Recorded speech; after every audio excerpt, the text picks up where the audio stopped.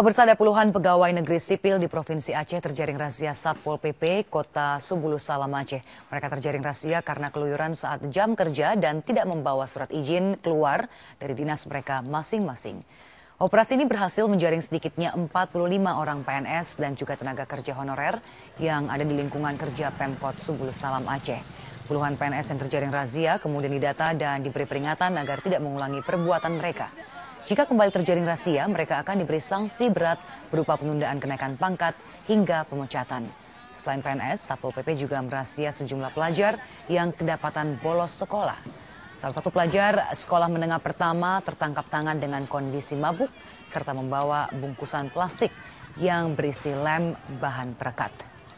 Pelajar ini kemudian dibawa Satpol PP untuk diserahkan ke sekolahnya.